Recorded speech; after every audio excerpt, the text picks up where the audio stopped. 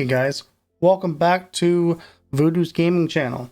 Tonight we are going to talk about a topic that's near and dear to me. This is part of our soapbox series where we discuss things that typically we as a community like to overlook. And I challenge you to get through this video and think about what we talk about here. I think it's important. I think it's important for the survival of our community. It's important for believe it or not, our own personal happiness and what we take away from the time and the money and the energy that we spend in these games. So let's talk about that. Let's talk about toxicity within our community. And I say our community because we as players are ultimately responsible for the environment that we tend to foster, the environment that we grow. In a day and age where the internet is more prevalent than ever, and it's present in every aspect of our life, text-based communication has become king over all forms of communication. And unfortunately with text, we tend to be a little bit more vocal, for lack of a better word, in communicating with our peers, our family, those we interact with. And a lot of times we don't stop to think about how that impacts people. Today in the raid community was nothing short of an uprising in recent events over what's happened regarding a popular streamer and some free legendary that, God legendary that was given out for free. And, just looking at that event alone, there are a lot of mistakes made. What started with a temper tantrum by an adult in front of thousands of streamers led to a failure to adhere to, I would say, the fairness in a community that we're all part of, which caused, most of us to feel very cheated and slighted. But here's the thing, guys, and this is what's important. I don't think if we were to replay the last few days of what happened, that all the parties involved would behave the same way that they did. We all get emotional. We all make mistakes. And we try and usually fix those mistakes. And sometimes mistakes come from those mistakes. But what we can do, and here's the trick. What we can do, respect each other.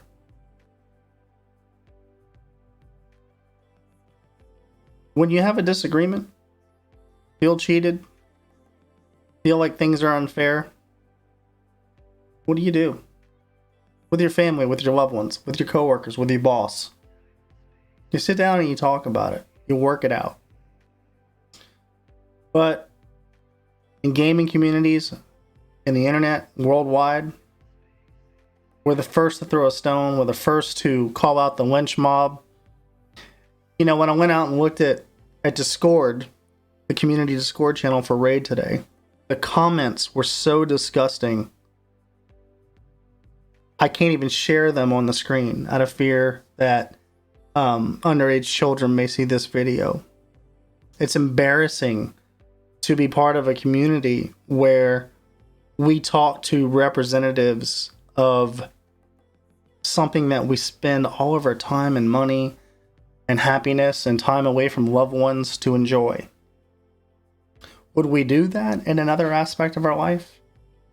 If we went out to dinner and a waiter or waitress served us the wrong plate or unfairly gave a discount to someone else or the table next to us, would we use the same words?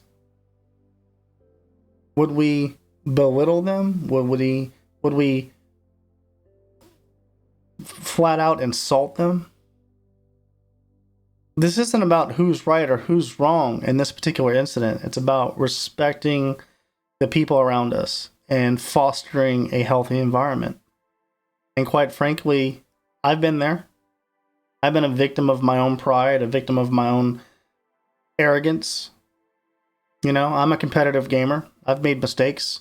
Hell, when Torment came out and they were getting ready to finish the Torment event, I busted my butt. I got him. And then the day I had him, they announced a nerf. I threw a fit. A real fit. Made an ass in front of myself, in front of my clanmates, and some of the community managers. Would I take it back if I could? Yeah. And so my point is, I think when we all get out of bed in the morning, I don't truly believe, and if you disagree, then there's a problem with humanity here. But I truly believe that when Polarium employees get out of bed in the morning and they go to work, they are truly trying to create a fun game for people to play.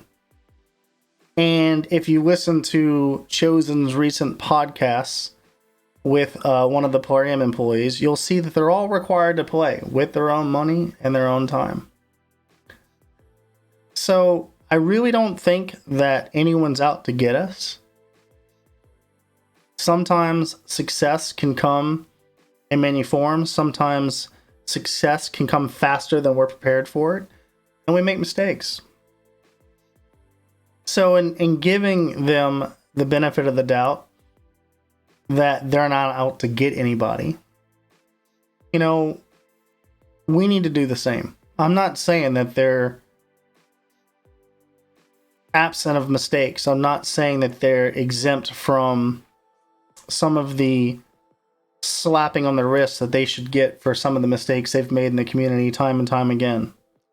The point is there's channels, there's a way to communicate with people, not just Polarium, but with our peers.